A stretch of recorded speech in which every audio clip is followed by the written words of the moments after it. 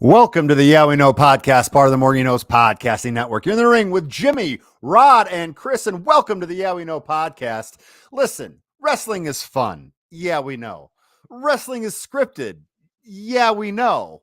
We're three guys in our 40s on a podcast. Well, two guys in their 40s, one guy in his 80s. But still, yeah, we know. We like to have fun here. And just remember, everything that we say today, yeah, we know. Chris King, how you doing today, bud? I'm doing well, and I know we've talked a lot about what should be my first wrestling shirt purchase, and I think I saw my guy Drew McIntyre wearing it the other night. I figured that's what you would want to wear. We're going to talk about that here in a second, Chris King. Rod, give me something hot today. What are you hot about? Oh, man. I mean, come on. We're going to have to lead the show with the fact that our guys, the New Day, still angry at Ivar of the Viking Raiders, right? Lots of things to still clear up there.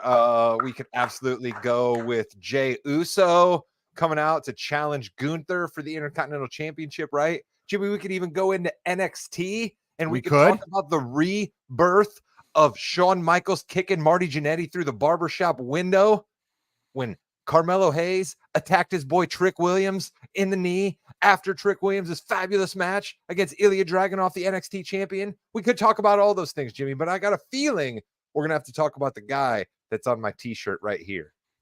I think we're going to. And for those of you listening and watching and all that for the first time, throw something in the comments, ask a question, give us your comments, because my first question is, do we want Cody?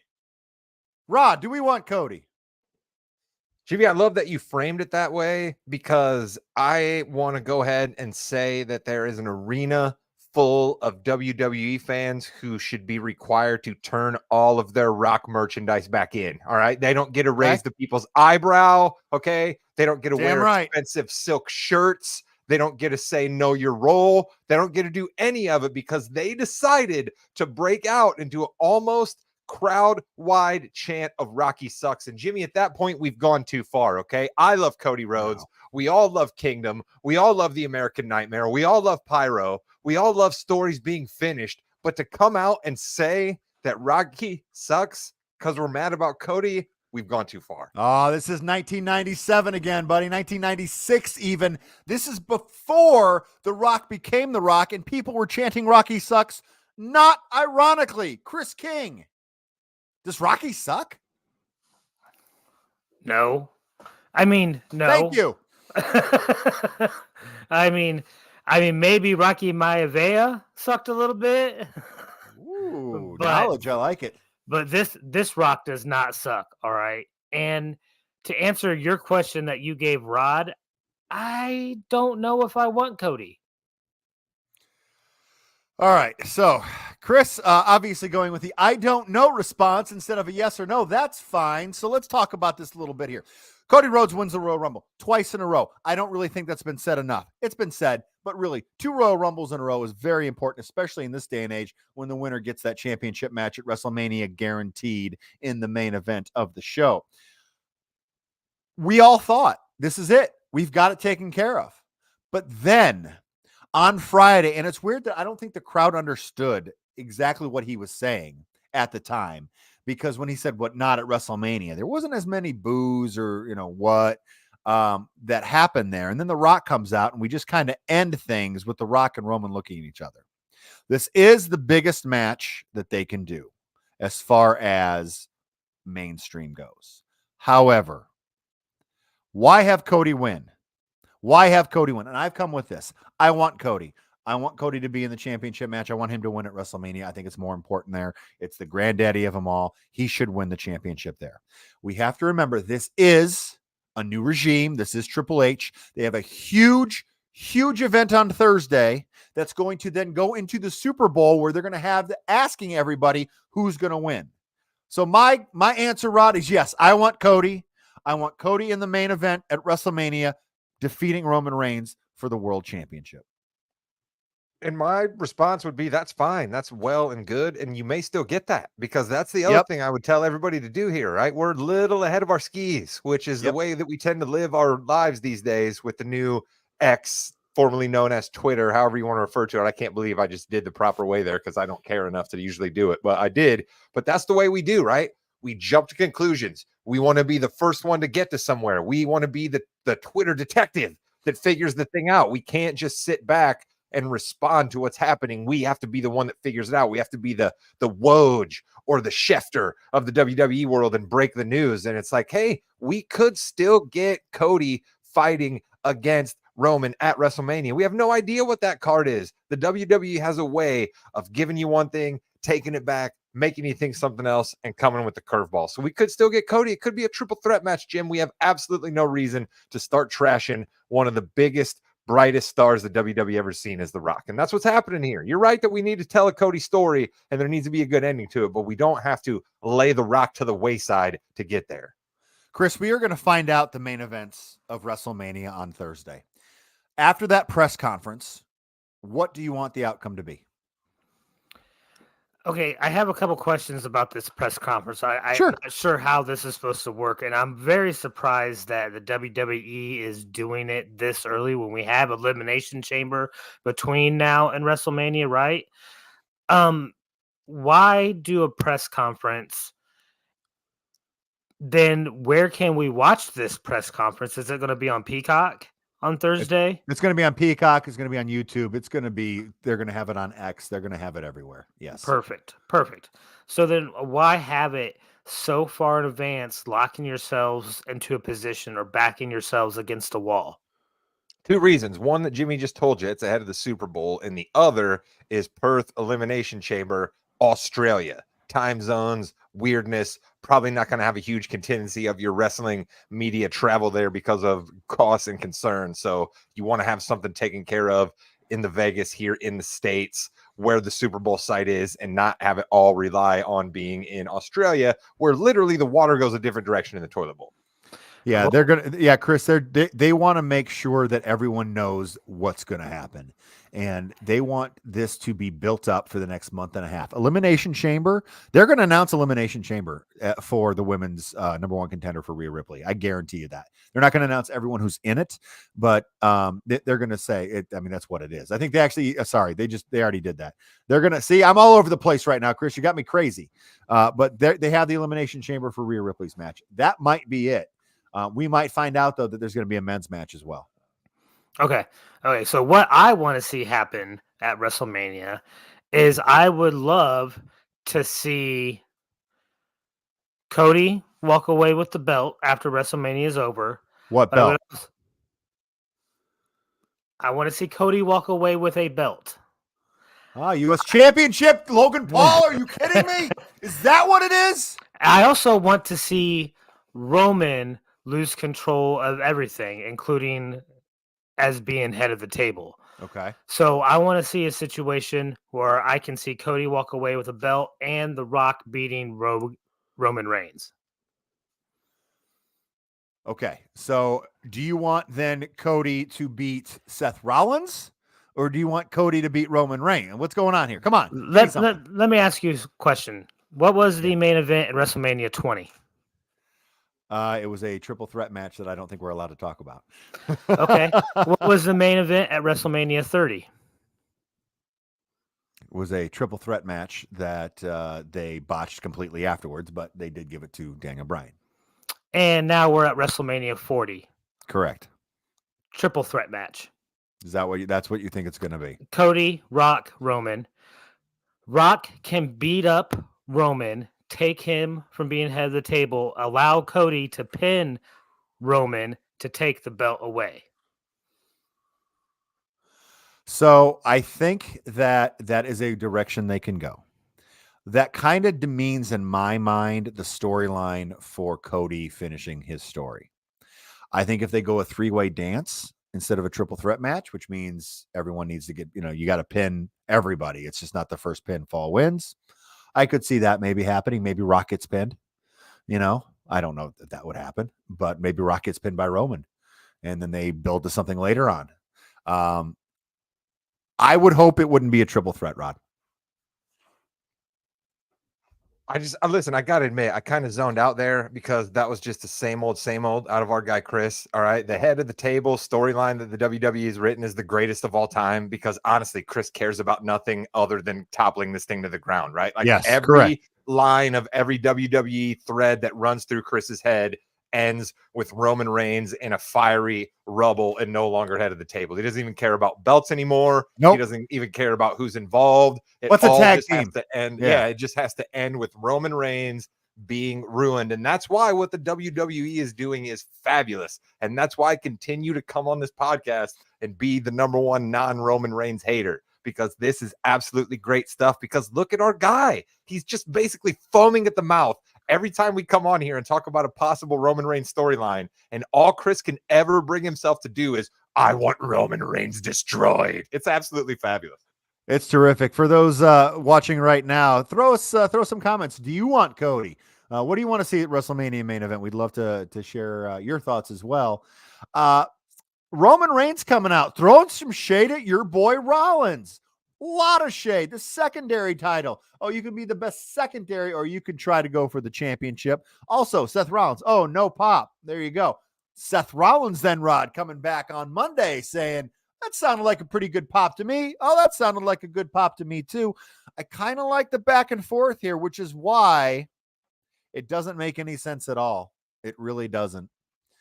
But I would like to see Rock and Roman main event night No, one. it certainly doesn't. Well, and I'd knows? like to see. Who knows? I'd like to Who say. knows, I'd Jim? like to. I'd like to see Seth and Cody second from the top. Who The knows? winners face each other knows? night 2 for the championship. But then what do we do with one of the people who is doing the greatest job that he has ever done, Drew McIntyre? What do we do with him? Because he needs to be highlighted somehow, Chris. He does. It's your boy. And isn't he just doing a fabulous job too? Yeah. I mean, he is. He is. I mean, he has this. He brings a sense of humor that is so contradictory to the violence that he unleashes on people. Sometimes I'm trying. Nice. I'm trying to figure that out, but I love it. I'm sorry, I love it. Come out with a shirt just knocking Rod's boy CM Punk down another notch or two. Always been a big CM Punk fan, Rod Moria. Yep. Yeah. It was You almost know? called the CM Punk, podcasting network. That's how much of a fan he is of us. So you got to do something, and I guess they're also showing us, I guess, another Cody Drew back and forth that could be happening as well. Why else would Drew be attacking him at the end like that? I mean, unless they're going to have beef, just like Cody just got done with Shinsuke, which then tells me even more that we're not going to see Cody versus Roman, unfortunately. Yeah, I mean, we're definitely getting Cody and Drew in some way, shape, or form. It could be in an elimination chamber, but at Elimination Chamber in Australia, we're gonna get that confrontation, Rod. So, okay, listen, I love that you just brought Shinsuke up because I then got to go here. So we're supposed to hate Shinsuke Nakamura for just attacking Cody Rhodes out of nowhere, right? And we're just like, oh, Shinsuke, terrible. We got to see him in a bull rope match. But Drew McIntyre, we're supposed to praise him for just running down in the ring and beating the crap because out of Cody he's a Rhodes. face. Rod, he's a face. He's a face. Drew Okay, McIntyre. He's not a heel. He's just a want to make sure I face. can keep He's a up good with all guy. the ins and outs here that are Good going guy. on. Here's the other problem I have. No, listen, I'm going to double back. I'm going to pull a Williams here. All right. I'm going to double back. Ref Here's the stats. problem. Okay. Here's the problem with what Chris said about the Roman Reigns storyline ending. It's always an end. I love it.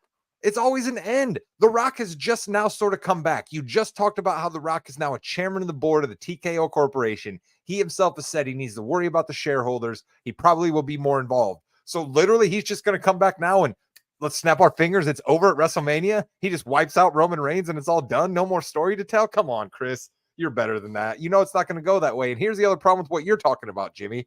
The Rock hasn't wrestled in forever. Sure, the guy's still a specimen, but he hasn't wrestled in forever, and you're just going to have him wrestling a 40-minute match or maybe matches back-to-back? That ain't happening either. Oh, no, he's not going to do that at all. It's Rock and Roman, I think, are going to wrestle at something. I just don't know if it's going to be the first or second, one or two matches. The Rock is not going to win, though. I think that if The Rock is going to go out on this, or it's going to be a match at WrestleMania, he's going to go out 1, 2, 3. That's happening. He's not going to win this, Chris. See, that's why I don't like a situation where Roman has the belt on him, because I want a situation where I could believe The Rock has a chance of winning. Everything you guys have been teaching me tells me that if this type of situation happens with somebody on the belt, they're not losing the belt to a guy like The Rock, who hasn't been here forever. So He's we done know it before, though. He's done it before, though, Chris. He has. He's won the belt before after being gone for a very long time. He's the exception to the rule. You're right. We've told you that, but The Rock's the exception to the rule. Yeah. So it is possible. So then we know. So then I guess it's possible. So I guess we could see a world where The Rock wins that belt at WrestleMania this year. I do not believe so, but I think of the 60,000 people that'll be in attendance in Philly, they're banking that 40,000 will think so. That there's a chance for him to win that. Oh, they know so. Look at Chris foaming at the mouth for Roman to lose at every point. They know there's going to be people that are just going to believe themselves into that Roman's going to lose. But listen, I don't believe we're bringing this thing to an end. It just nothing to me signals end, right? We still have the big granddaddy WrestleMania, but it seems to me, because like you said it, Jim, how's Drew involved? Who's Cody fighting? Is Seth's knee actually going to be okay? There's so many things yet still to figure out that I don't see an ending, which again, Chris, I know. And I love you, man. And I want you to get things. Make that vision board of Roman Reigns and rubble and destruction, right? Keep it up on your wall. But I just don't know that we're getting your end game at WrestleMania. I mean, it's got to end, though, right? This thing has been going on since before I got back into it. I've been back into it for almost 2 years now. And I have not seen that belt change hands. I am losing interest. Yeah. And if I'm in a situation where I'm not to believe that The Rock has a chance at winning at WrestleMania, then why am I interested in this match? But Chris, remember, it's not a lie if you believe it. There's another quote that was said on SmackDown. Sometimes the people you thought were your friends, sometimes you have to prove them wrong. Bayley had a terrific turn against the Kabuki Warriors and Damage Control. And Io Sky, I loved that we finally had a smart babyface, gentlemen. When she spoke Japanese, the look on the three faces was priceless because they know that she knows everything they've been saying. We never have smart baby faces ever. They're always stupid. They always, music hits. I'm going to look over there and I'm going to get beat. I love this segment. Bayley is going to be the most over person ever on night 1 or night 2 in the first match of the day. I love it. I can't wait to see this grow over the next 2 months, Chris.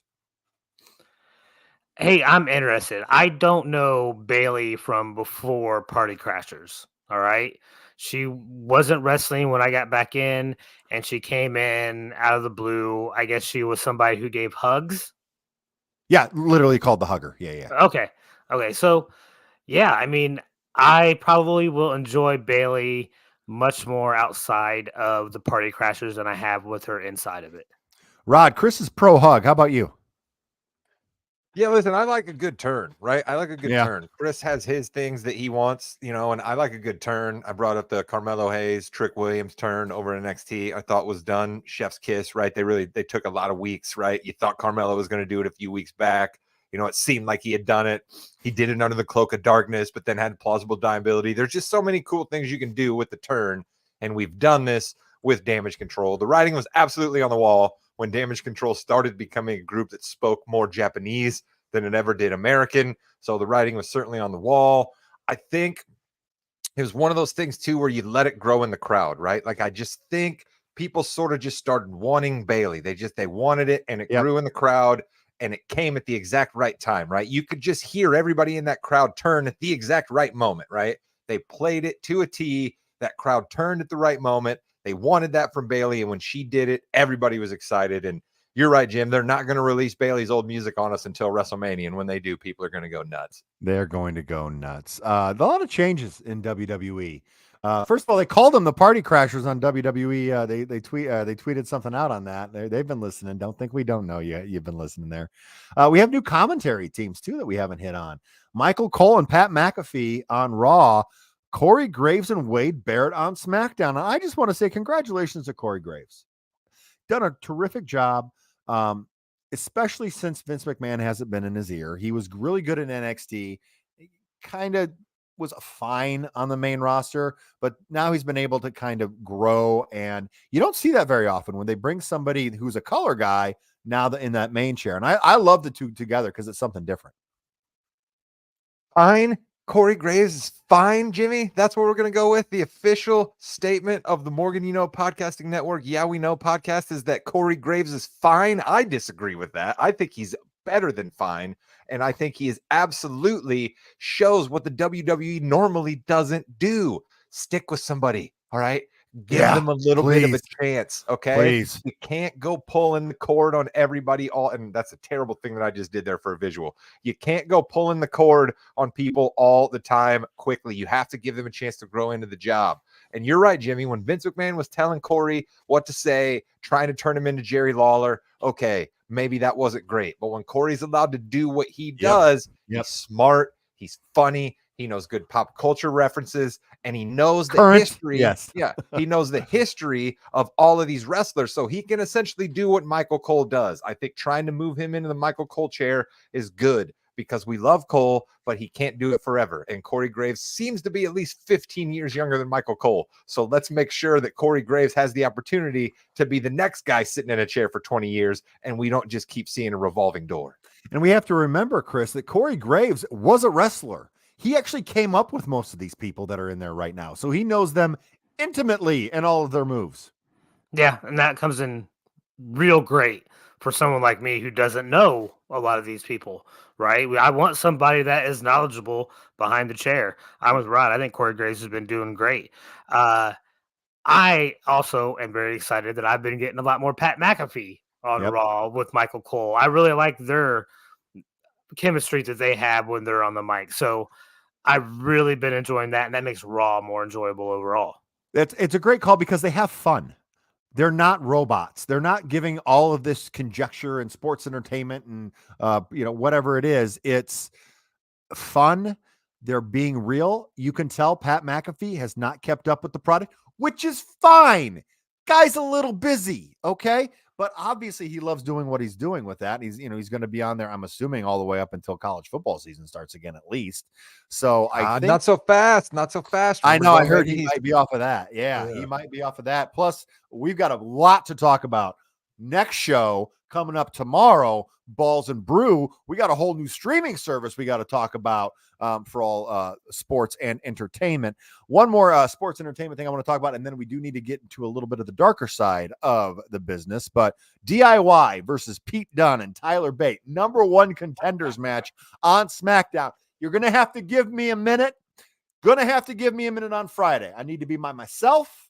And just enjoy everything that's going to happen, because that is going to be a terrific matchup to set up probably an Elimination Chamber match against the Judgment Day.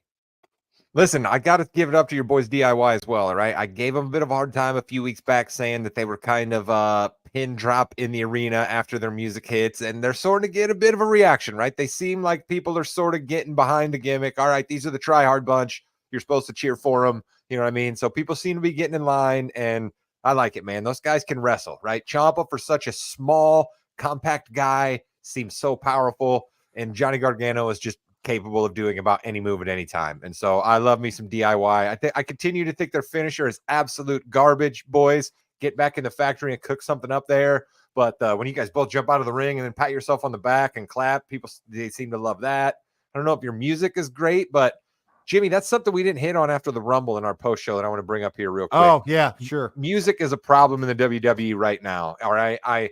Maybe we don't want everything as cheesy as old school wrestling songs used to be, but we need some more distinguishing sound effects at the beginning, because we just don't know enough of who people are just from their music. And then they're trying to make that dramatic effect where we don't see them for 3 or 4 seconds. And we're just like, whose music is that? Are we supposed to care? There's only 5 or 6 guys that hit. And like when Sami Zayn's music hit the other night after Raw went off the air and we couldn't see that he was the one to come save Cody, it's Sami Zayn, right? There's certain guys that but there's a music problem in the WWE, and I think that DIY is suffering from that.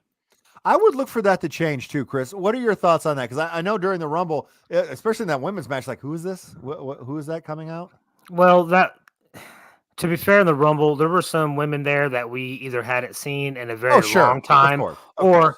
at all. All right. No one knew what Jade Cargill's music was going to be when it hit. We didn't know who that was when she was coming out. Oh, You yeah, we also did. know the music, it doesn't affect me in the same way it does you. Really? It's never been a thing, for me. Wow. Is that because they didn't have music when you were a kid? It's because he had to do all that No. cranking of the phonograph machine, Jimmy. It was just way too much it work brings for back him. memories. It Okay. gets hard. But I got a question, really, and this has to okay. do with the tag team titles. I have issue with the tag team, especially on the men's side. No Are they question. going to continue to have whatever tag team hold both belts? Are they going to split these belts? If they are planning on split these belts, I think they just missed this opportunity to have these belts split. Why not have DIY fight Judgment Day for one, and then Pete Dunne and the other guy fight for it on The SmackDown? other guy.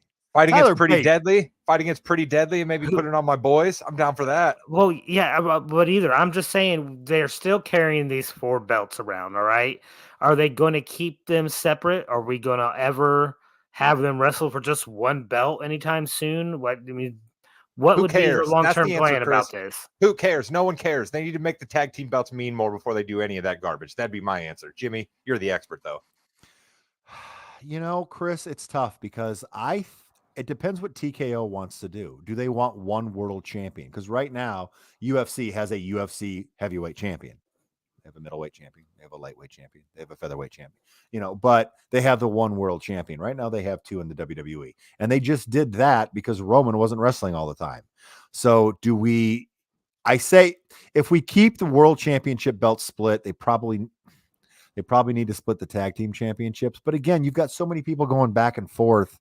I would rather them just change and have one belt. In my opinion, they should just have one tag team champion because I don't think they have enough right now, especially on the women's side. And if they split them, Jim, that's not great for your boys DIY, right? Like if it automatically gets split and then they win a belt, how minor does that make them look? Well, it's better for DIY because they would win a belt. I guess, but then, you know what I mean?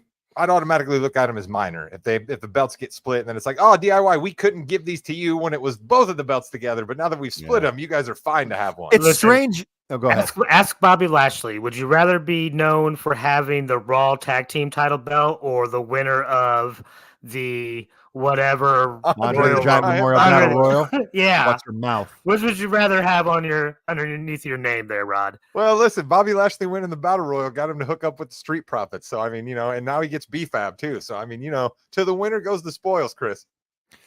Big shout out to Tiffany Stratton, who's got the prettiest moonsault ever.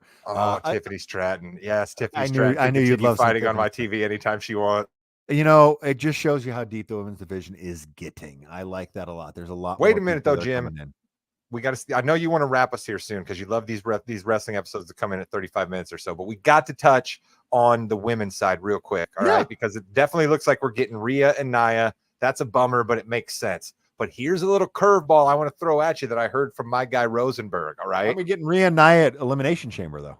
Well, maybe, but anyway, let's skip all that because Nia Jax doesn't matter. With Rosenberg says, how cool might it be to put tag team gold on Bianca Belair and Jade Cargill as Jade Cargill's first big jump off in the WWE? Huh? How cool would that be?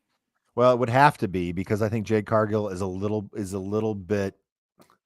She's not ready yet, and putting her in a tag team with someone as good as Bianca Belair will help her. She doesn't have to remember as much and go through as much and really learn that way. That is a very good way to start things off with. That would be, yes.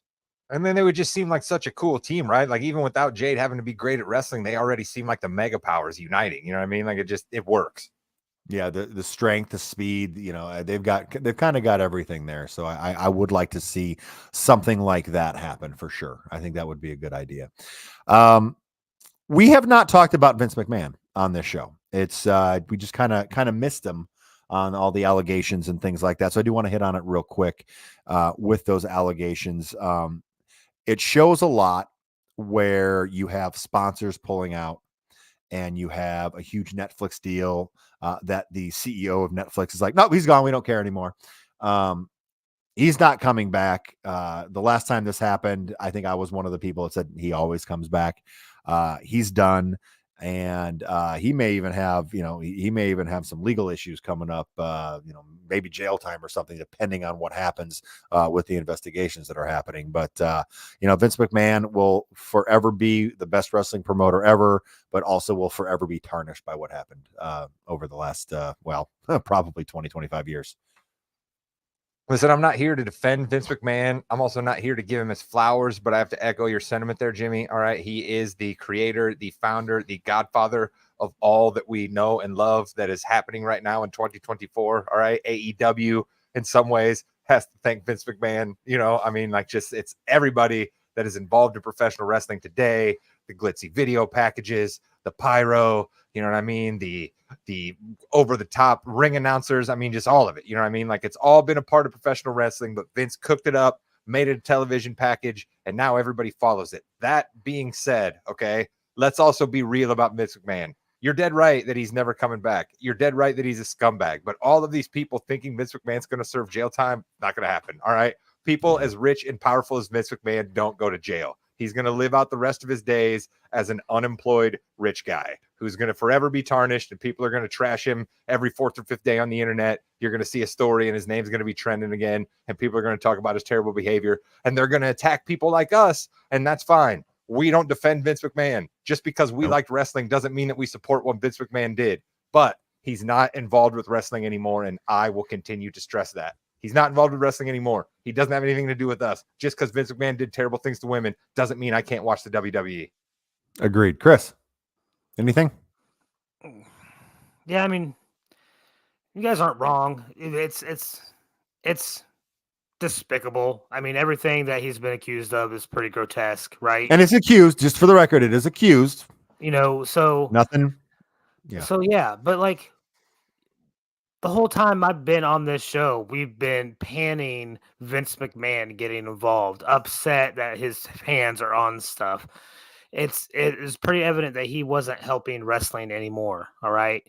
I'm happy he is not involved with wrestling anymore, not just because of the type of person he is, but also because of the fingerprints he was leaving on the sport, which wasn't doing it any good. So,